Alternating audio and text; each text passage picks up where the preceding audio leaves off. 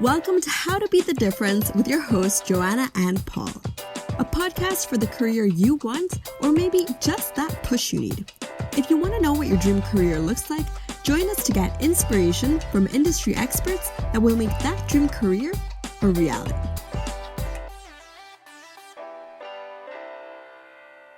Hello and welcome to How to Be the Difference with your hosts, Joanna Molina and Paul Linsky. Paul. How are you today? Very good, Joanna. Sorry if there's like a bit of a hum from my end because the building site next door has decided to place a generator. Maybe 3 feet I can't hear you. Oh, you can't hear it. No. But we tried this intro many times, and it's either your construction building or my dogs. There's always something. There's always something, but at least I have something to look at now when I'm staring at the window, and it's loads of different machines going up and down and lifting things around. But yeah, other than that, all good. How are you? Good. Although it's been a very intense week for the world, a lot of different news. And yeah, this is not a political podcast, but it still is important for all of us to be aware of. And funny enough, we have a very interesting woman today who is going to speak about education, but she's also had the chance to work in Afghanistan and some other places in the past. It's a very interesting podcast today. Absolutely. And I suppose when we originally spoke to this guest, we didn't expect what has happened with the pulling out of Afghanistan and then all of the stuff that followed. So it was a real opportunity, I suppose, to ask somebody who has spent a lot of time in that region, working and developing and helping and doing all sorts of amazing things with some countries that have found themselves in recent conflict. So it was great to really get her opinion, hear what she had to say. And yeah, it was super interesting. Totally, Paul. Totally. So before we introduce the guest, you have a reminder for us? Oh, it's always me with the reminder. Yeah, wherever you get your podcast from, please like, subscribe, review, whatever it is you may do to podcasts or listen even. That'd be even fantastic. All of it helps us tremendously. Now, it's time to get into our guest. So we are very excited today as we have Farzana Karim-Haji joining us. She joined Aga Khan University in 2001 to work on strategic planning and development of Aga Khan's emerging international projects in Afghanistan, Syria, Egypt, Kenya, Tanzania, and Uganda. Farzana is now just recently promoted to Associate Provost. Previously, Ms. Haji worked at the United Nations Development Programme based in New York as a policy specialist on international development issues, focused on poverty and gender development, supporting UNDP offices in 166 countries. In addition, she has consulted for the United Nations Development Fund for Women in the area of human rights and gender development. Thanks a million for joining us, Farzana. Can you tell us whereabouts in the world you are currently? So thank you both for having me on this podcast. I am currently based in Vancouver, Canada. No, thank you, Farzana. It's amazing to have you here. And why don't you take us through that journey and tell us a little bit about your backstory and your career up to this point? Okay, so I was born and raised in Nairobi, Kenya. I am third generation East African Indian and was raised there till I did. It's so interesting. I did my O-levels in Nairobi and then moved to the US to continue my higher education. So ended up training. In fact, it's so interesting. I grew up in a family where my parents were like, oh, you're going to, we have one kid who's a doctor, one kid who's a lawyer, one kid who's the engineer. You should be the doctor. You should be the doctor in the family. And I said, oh yeah, okay, I'll go to med school. And so we moved to the US and I realized very quickly that, yes, I enjoyed, doing the pre-med courses until the day I did Anthropology 101 and it changed my life. And I loved that course so much that I decided I was going to be an anthropologist. And I remember calling my mother, who was like, what the what? Like, you want to do what? And I said, yeah, I think I'm going to be an anthropologist. I'm going to travel the world and study culture. And she's like, how are you going to get a job? What are you going to do with this? And I said, it's a liberal arts background, Mom. I'll find a job. And she was like, you're going to be a generalist? And I was like, yeah, I'm going to be a generalist. And for all these young people out there who take the liberal arts background, it was the best thing I ever did. So I did not become a doctor. I went on to train as an anthropologist and then decided I was going to go the academic route, until I then took a course in international development and decided, no, I'm not going to be an academic. I'm going to be a practitioner, and I'm going to go work in the field, and I'm going to use all these skills. And so for all these people who tell you need to be a specialist, I took a very different path, and I went on to do work in international development. So I studied international development. I did a focus on gender and human rights. I did some, courses in poverty. I did a master's in this program at the London School of Economics. And then was like, oh my goodness, where am I going to go get a job? Like after I graduated, I was like, okay, my mom could be right on this one. Where am I going to go find a job? And interestingly enough, applied for a job at the UN, got my job at the UN, and started working as a policy specialist. And what was very interesting in this career path of mine is that being a generalist allowed me to be very creative and to be able to move from one project to another, be it on gender, be it on poverty, be it on sustainability, be it on environment. I was able to move and figure out what I needed in order to complete the project and to work on a specific area. And I did that for a few years and realized, I loved the work and it was very interesting, but I wasn't in the field. I was in New York at the headquarters and decided that, I need to be in the field. If I really want to get experience, I want to be more hands-on. I want to be more at the ground level. I want to be at the community level.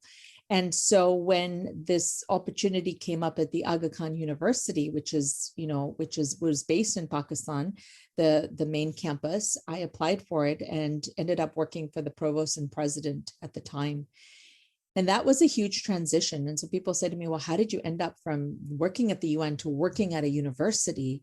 It has been quite a journey, because at first I was nervous. I was like, well, I don't know anything about the academic world, but it was very interesting because I worked on policy issues at the university. I worked on strategy at the university. And it was, again, the skill sets were all transferable. They were all relevant. It wasn't like I needed new skill. I needed some new skill sets, but everything I learned, learning how to write well, how to think out of the box, how to be creative, how to be innovative, how to be flexible, that all came through. And that's what you get when you get a liberal arts education. You're able to move from the material from, from medicine to education to Muslim cultures to media and communications.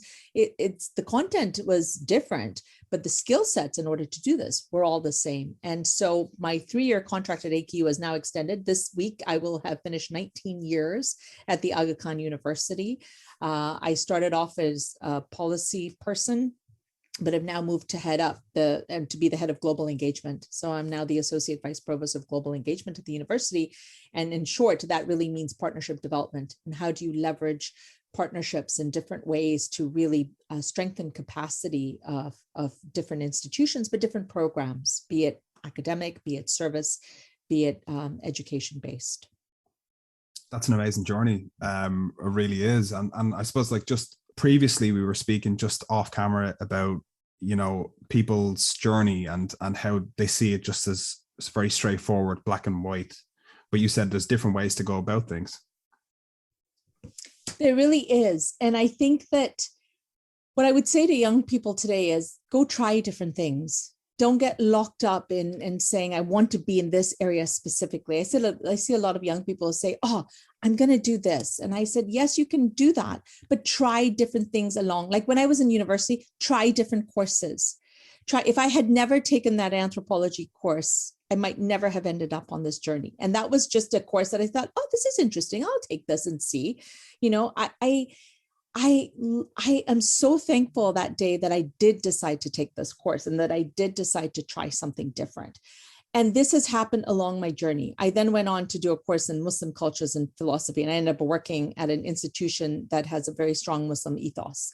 I then did stuff in international development, ended up working at the UN. Like I tried different things along the way that I pushed myself out of my comfort zone. And I say that to a lot of young people today. Be willing to try different things. And the more I've worked in education over the last 20 years, I'm seeing a lot of different academic areas converge, a lot of interdisciplinarity. And so taking a course in, for example, in engineering, but then doing something in data science or doing something in, environment and sustainability. Those are ways in which you can then strengthen your background, your areas of interest, but allows you then to be far more wide and open-ended in how you want to look at different career paths. And the world is your oyster when you're young. You can try different things. You have time to try and fail and maybe succeed in some areas, fail in others. But if you don't do it, then you won't know. And I wish I had done more. I did a little bit, but I wish I'd even done more. And had pushed myself a lot more to try different things. And I thought I tried quite a lot, but I wish I had done even more. And when you're in first year, second year college, I say to everyone, try different courses, do it. You have nothing to lose and everything to gain. And if you don't, you could love something and then end up making it your career. But if you don't try it, you will never know. And I hope people have that luxury in the first couple of years of college. I mean, when you get to your last 2 years, you kind of have to buckle down and focus on things. But I always say, give yourself that space to try different things. That's fascinating. And what's that connection actually of Aga Khan, like Pakistan, UK, Canada? How come you are in Canada working for a Pakistani university? I forgot to mention at the beginning of the podcast, I married a Canadian, Joanna. That's how I ended the connection to the Aga Khan. So I mean, His Highness the Aga Khan, who started the Aga Khan Development Network and who started this entire, one of the largest not-for-profits around today, has been quite inspirational. He is the 49th Imam of the Shia Imami Ismaili Muslims. And he started this, his grandfather started the network some, 100 plus years ago. And what's been very interesting is that the ethos is very based on quality of life. And so His Highness really focused on how do you develop quality of life in countries? So the AKDN, I have to tell you a little bit of background about it, we are close to, I would say, 90,000 employees in over 33 countries. And the network is divided into 3 arms. There is the economic development arm, there's a social development arm, and there's a cultural development arm. And the economic development arm, unlike most other development institutions, it's a for-profit arm for the network. And the revenue generated from the for-profit sector is reinvested back into the social development and the cultural development arms. And I work as part of the social development arm. And part of that is where we have 27 hospitals. We have over 300 schools. We have 2 universities, the Aga Khan University, where I'm based at, and the University of Central Asia. We have the microfinance group. We have the Aga Khan Foundation, that is the grants fundraising arm, as well as the project-based arm of the network. And then the third arm is the cultural development arm. And His Highness has always been a big proponent of, identity, connectivity to the urban and rural landscapes of where you're at. And so that comes through architecture, that comes through art, that comes through understanding of the lived environments. And so this entire network, the entire ethos of this network is really quality of life. And if you had good schools, good education, good spaces to be in, economic opportunities, you wouldn't see the brain drain that we've been seeing in many parts of the world today. If you had good civil society, good governance, I mean, look at just the result of last week and the events that are happening in Afghanistan is a clear indicator of a complete breakdown, not just of governance, but of civil society, of pluralism, of all the different proponents that we abide by and really focus on.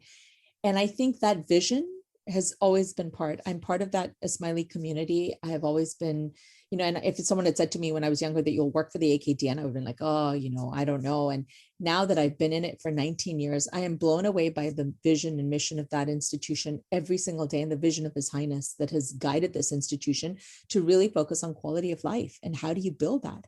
And how do you build good governance? How do you build strong civil society? How do you build great education programs in countries where there's not a lot there happening? And so AKU, the Aga Khan University, was one of the first institutions to set up a medical school, nursing school, education programs that were really focused on high quality, and not just, when the charter was happening, Zia al-Haq, who was the president of Pakistan, said to His Highness, Your Highness, how many doctors are you going to train here? And His Highness said, so Zia al-Haq said, how many doctors are you going to train here? 1,000, 10,000, 15,000. His Highness said 100.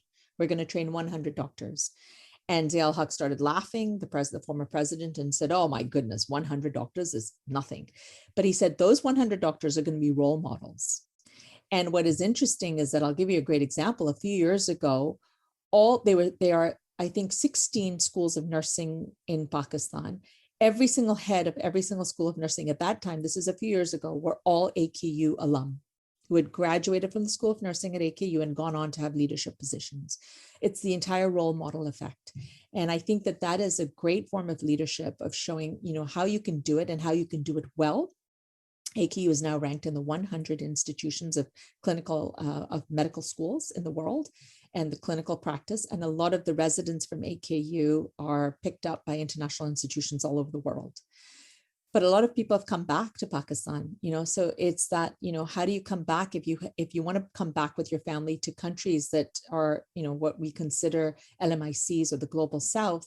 What would bring people back? Great schools, great opportunities, great labs, great research. And so our whole thing is like, we want to be the top of the top in these institutions. And so my work really focuses on how do you build great relationships and partnerships that allow us to work with great institutions around the world that afford the opportunities for our faculty, staff, and students to be able to engage in such initiatives.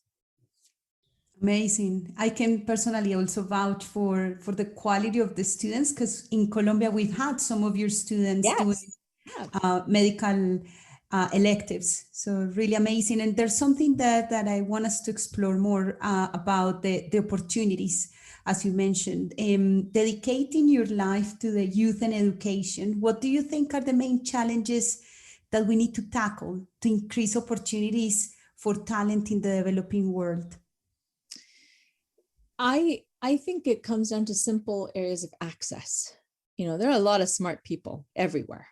It's access and opportunity. And how do you create access and opportunities?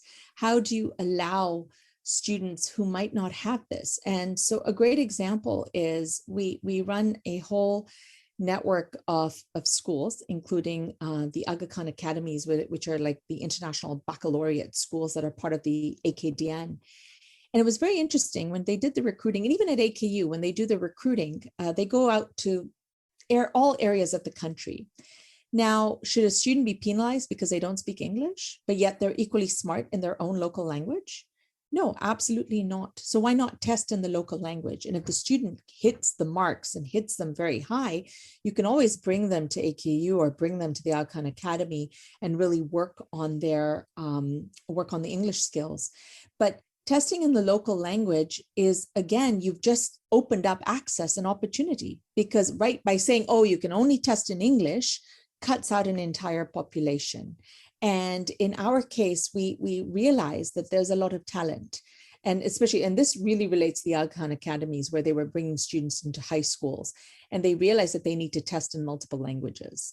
And so even at AKU, if a student does not have the full English requirement, they can take the test in the local language, and then they would come for the pre 6 months of English language training to kind of beef them up. But that is a barrier to entry. And so how do you allow for such opportunities. Like a lot of our faculty and staff, because of being from Pakistan and visa issues and immigration issues, don't have access to international partners.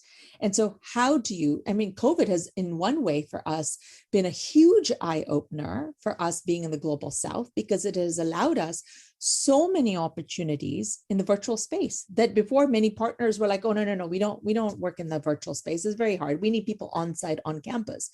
During COVID, we have been just testing and trying everything we can get our hands on. We're calling up partners and saying, hey, what about this? Let's try this. Let's do this. Let's try for this. And amazingly, because everyone's in the same boat, everyone's trying to struggle to make things happen. I was like, okay, yeah, we'll try this. We'll do the virtual classrooms. We'll do the virtual exchanges. We'll do the virtual internships. And let me tell you, it's been unbelievable. I mean, mobility itself, as you both know, has been huge in the virtual space, because now you're accessing populations that might not have been able to be accessible. People with disabilities, people who are older, have families who can't travel, athletes who are like, oh, I usually train all summer. I can't travel to another country. You're now able to give them an international experience, and vice versa. From our perspective, programs that were like in Syria or northern Pakistan or in Mozambique or in the coast of Kenya, where our colleagues have never been able to bring students because it's high risk situations, are now able to have the virtual space and have students from international institutions come and work on our internships there. So it's been a win-win situation. So in one way, I would say COVID has been a huge eye-opener. And I think that access, opportunity, and making that happen is something that we really need to think about and work on better and do more of. Definitely, I completely agree, and I'd love to get on to some of the challenges that you faced just very shortly. But you mentioned brain drain, like on a nation state kind of scale. So, what is brain drain, and like why is it important to control this? So I don't think I think it's very hard to control it. And brain drain, when we talk about brain drain, is people who basically leave one part of the world to go work in another part of the world for better opportunities. So we've seen this a lot, for example, with our doctors and our nurses. And as you both know, there's a huge shortage of nurses. Let's talk about nurses for a second. Huge shortage of nurses in the world. And so you see a lot of people leaving their current situation to look for better opportunities, more money, more opportunities for their families, more opportunities for their students. You cannot stop it. You cannot stop this. This has been happening for years. I mean, you see migrations, you see the increase in migrations of people and different career sets of people moving from one place to another. That you can't stop that. But what you can do internally from your own perspective is give better opportunities locally. So have better HR talent pathways for people, have better school systems for people, have better health facilities for people. Have better economic opportunities. So if you're a high-end researcher who is doing amazing work and you don't even have a lab for this person at your own institution, of course they're going to go somewhere else where they have access. So how can you create an enabling environment that allows people to stay and to do well in that environment? A great example is a few years ago, we have a school we call a school improvement program. This is part of the Aga Khan Development Network. And it was set up to really work with teachers and improve teachers in different local schools, both in the rural and urban contexts. And what they found is that they would bring these teachers and they would work with them, they would train them, and they would build their capacity and strengthen their capacity to be far more effective teachers and engage with students. It was very interesting. We didn't see success grow initially out of this program. Everyone kept saying, what's going on here? I mean, we're doing so much. The teachers are going back, but yet the success is not there. What we realized very quickly is that you could work with the teachers, but if you don't work with the principals, if you don't work with the parents, if you don't work with the entire school, provincial, boards and districts, nothing was going to change. Because you went right back to the same bubble, and the head teacher was like, this is not how we do things, or the headmaster says, or the headmistress says, this is not how we do things. No, you can't do this here. So we then had to say, okay, you need to think out of the box. We need to work on everybody. There needs to be an entire stakeholder group. So we need to start working on parents, getting parents involved, to tell them what we were doing, but also working with headmistresses and headmasters, working with school boards and saying, this is what we're trying to accomplish. And we want to have like pilot schools that really showcase, and you're going to be showcased here. All of a sudden, success measures started to rise, and you started seeing the impact of just those small changes working in the system.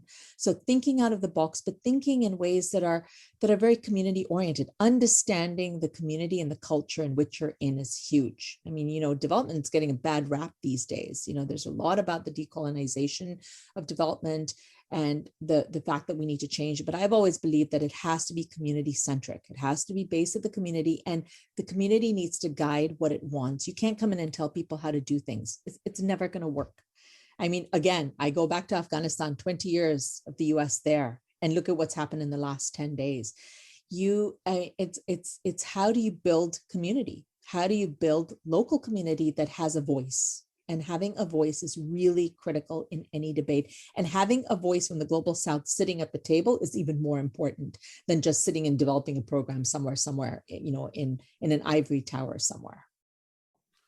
I completely agree. And I'd love to touch on that for a second, because it's been quite shocking, I suppose, over the last week, 10 days or so, seeing the pictures that have came from Afghanistan. It's been horrible, really, to watch.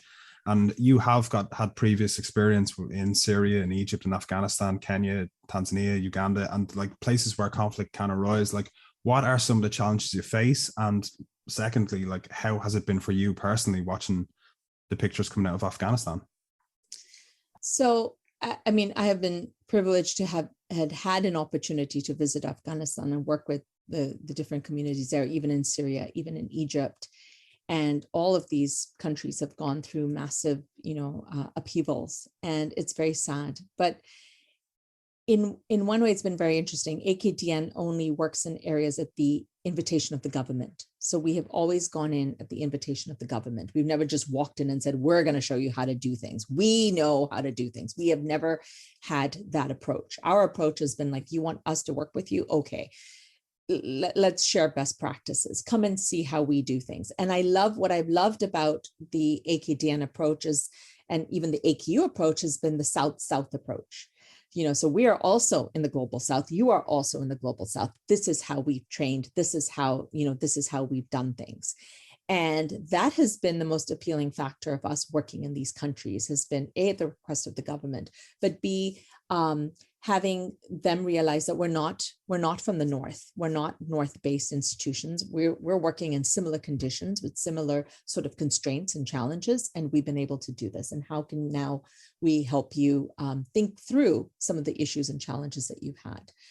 The images coming out of Afghanistan this past week have been so sad, like to see, people at the airport and what's been happening.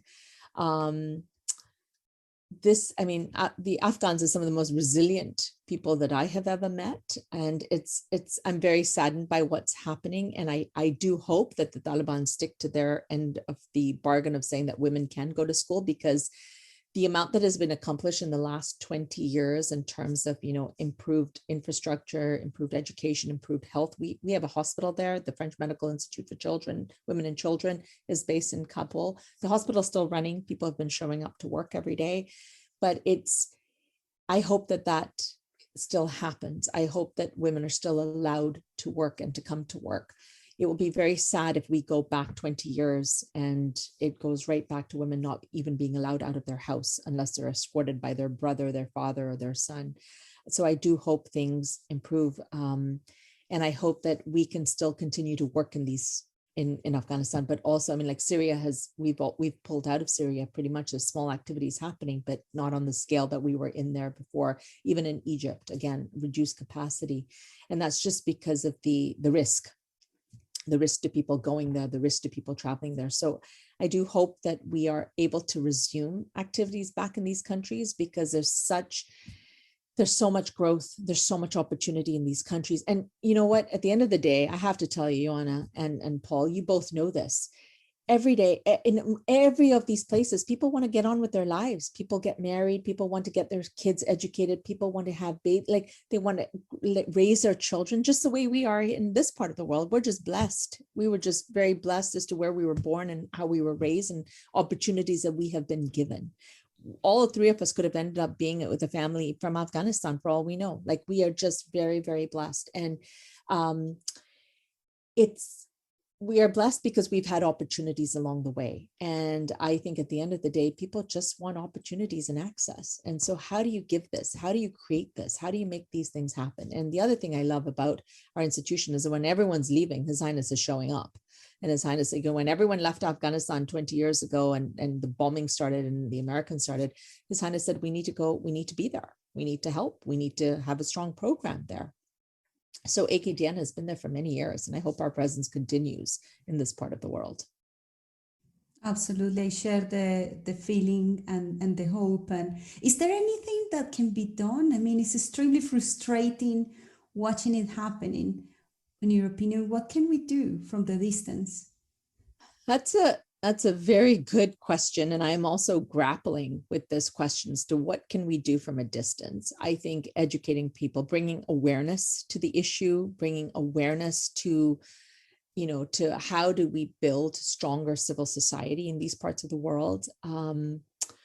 I think as of right now, I'm struggling with this because I can't go there. I can't be on the ground there. We are still waiting to see how things are going to settle. I think once things settle, I think there will be a bigger space for us to demonstrate, awareness and different activities that people can help. Sending money, okay, great. That's a nice thing. And that a lot of people will do that and that will help. But how can we get better programs? How can we open up opportunities for young women there or young men there who want to have a great education? I hope the education agenda, and that is one area that I see could be huge, education. Like, how can we offer opportunities? I know there are already virtual programs happening, but if those are stopped, can we restart those? Can we get students different opportunities to have the virtual components if they can't travel? And can young women still continue to do the nursing and doctor programs? We've trained the first pediatric female surgeon in Afghanistan. There are many more following in her footstep. I hope those can be continued and that they can leave to come for training and go back, and that these basic privileges will be afforded to them. But this is yet to be seen. So I'm struggling with that question as well, Johanna, to say, how can I, sitting here in Vancouver, help? And right now, I don't know the answer to that. So that's one that will be one to see in the next few months, to say, can we continue operations as we have been through our hospital there, to continue the postgraduate medical education programs that we run? Yeah, I was literally having this conversation. I completely agree with both your sentiments. Like, I was watching a documentary the other day called The Last Days of Vietnam. It was filmed a while ago, and it was eerily similar, like that history is repeating itself again, especially with Afghanistan currently at the moment. So it's a terrible situation. And I know you personally have studied and worked with the UN with women. So how do you feel? I suppose you can only hope at the moment, but what is your what do you see happening, I suppose, if it all goes well? Or where's your concerns? Maybe it's a better question. There's so many that they go back to the draconian measures that were there 20 years ago. I have a very interesting story that happened to me when I was in Pakistan, which sort of shows you the exact point. I had a staff member that used to work for my husband and myself. He was our driver in Karachi, and he was from the northern tribal areas of Pakistan. So very, very strong roots and very strong sentiments about girls. And when we first met him, he had 4 children, 1 daughter, 3 sons, and only the sons were going to school. And the daughter was the oldest. She was about 10, 11 years old, and she had not gone to school. And we said, I said to him, Khan brother, why is your daughter not going to school? He's like, oh, she's going to be married off. It doesn't matter. Like, I don't need to spend money on her, but I'm going to spend money on my sons. And we said, no, you have to send all your kids to school. It's a requirement. Like, we really feel strongly about this, and we're happy to help you out to make sure all of your kids go to school. So he very begrudgingly agreed to send her to school. She was a top student in her class because she really wanted to go to school and complained as to why she couldn't go to school. Very interesting. Fast forward a few years later, he comes to work one day and he's very sad. And I said, what's going on? Like, why you don't seem in the right frame of mind? He's like, oh, I think my wife is very sick. I think she has a lump in her breast and I'm very nervous and I need to get her to see a doctor. I said, I will arrange it. We work at a university hospital. I will make this happen. And he said, no. So we made an appointment, and it just so happens that the top surgeon at AKU was a woman, Aga Khan at the time. And so we get to the hospital, but he didn't know this. So we get to the hospital and he stops me and he says, no, we can't go see the doctor because it's a man. And if it's a man, he can't see my wife. And I said, listen, if you don't allow girls to go to school, then this is a situation that you're going to be in. And he loved his wife dearly. And he was like, he was so sad. And I said, if you don't allow your kid to go to school, they can't have these kinds of professions. They can't become doctors. They can't. And now your wife wouldn't have been able to see anybody. And I said, it's just lucky for you that the doctor is a woman. So we're all good. And he was like, oh, okay. So it was like the light bulb went off, because a few days later, he came to work with a black eye. And I said, what happened? And he said, oh, I got into a fight with a guy about letting girls go to school. And that to me was a very poignant. I love it. Because this was a person who never believed girls should have gone to school until his wife had a lump in her breast. And then he was like, no, we can't go to a male doctor because she was in full parda. And I said, no, it's a woman. It's all good. But if you don't let your girls go to school, how do you expect your wives and your daughters and your sisters and everyone to be looked after? So that story to me was a real indicator of the kind of awareness that you do need to build and let people know. And now it's hard in a lot of the society that is so fixated on the kind of messaging that the Taliban have, but the messaging that, a lot of conservative communities have. But it's like, how do you work through this? So we work through lady health visitors, and we work through community. We work through young children in schools and educating them and saying, this is the kind of, this, if you talk about, nutrition, you talk about food security, you talk about urban planning, you can start with children at a young age. You can build that in so that they have that awareness. You can teach them about the environment at a young age, like drinking out of plastic bottles is not the way to go. And, sticking to the local community cultures that have been there for hundreds of years, we need to go back to that. So I just wanted to tell you that story because it's a very poignant story that has stayed with me for all my life, to say that was a very interesting moment. And letting girls go to school is like, that's 50% of the population. And Pakistan is getting better in that. It's getting way better in that. You're seeing more and more women in the workforce, right? And you're seeing a big shift to that. But places like Afghanistan, if they go back to where they were 20 years ago, it will be such a shame, because that's 50% of the workforce sitting at home, not having access, and the women are so bright and so smart, and who doesn't want that opportunity to go to school? Why should your brother get to go to school and you don't get to go to school? Absolutely. Farzana, tell us what's next for you. Wow. After this, I go right back to work. No, I'm kidding. What is next for me? In terms of my career path, is that what you're talking about, Johanna? Yes. Well, in terms of career, I am excited with the portfolio that I have. I work on the global engagement piece at AKU, and it has been an amazing ride to work on partnership development. If you had asked me what partnership development was 15 years ago, I would have been like, I don't know. And I've had to learn about what a global engagement strategy looks like. What does internationalization look like for AKU?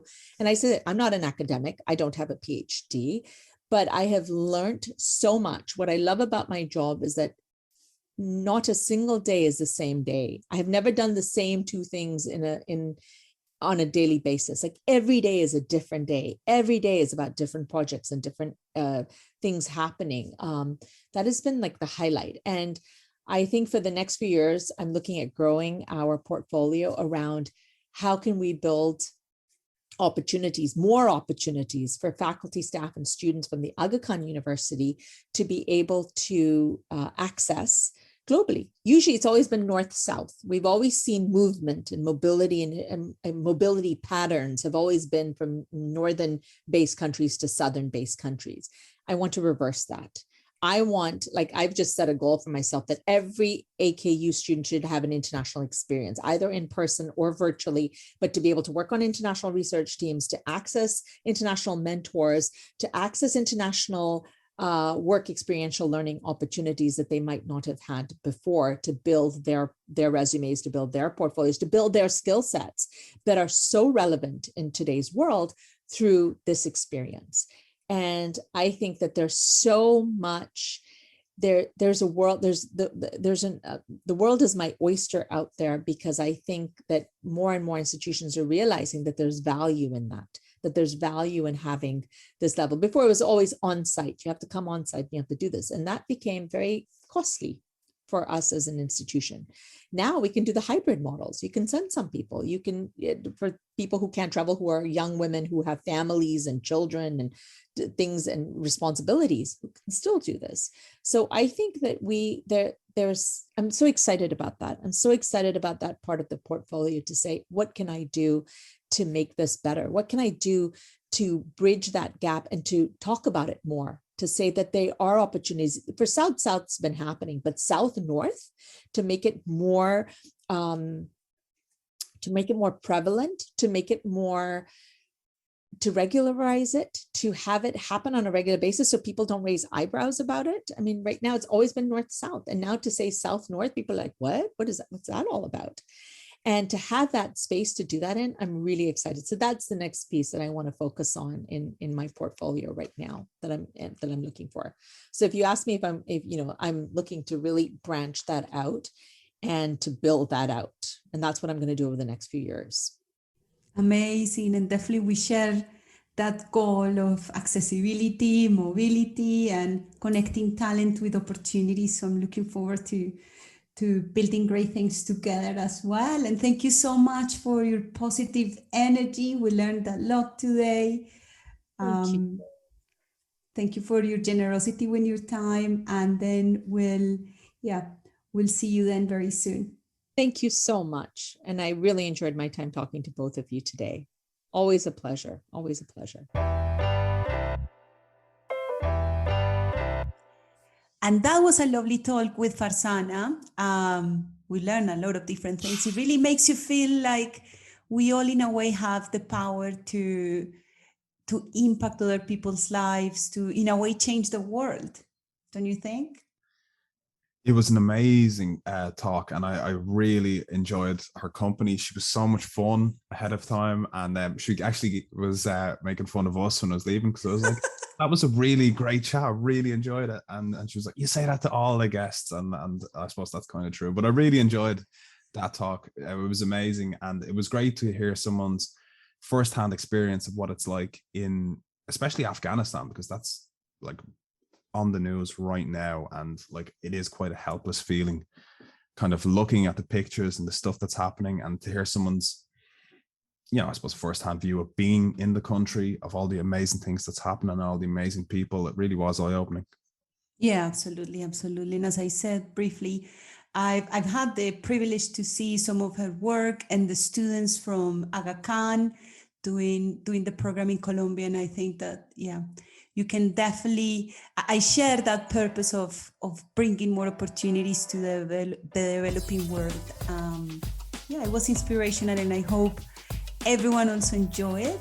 You can follow us at How to Be the Difference at theinternetgroup.com. But until next time, Johanna, it was a pleasure. I'll talk to you soon. And thank you as well to Farzana. Thank you. Bye-bye.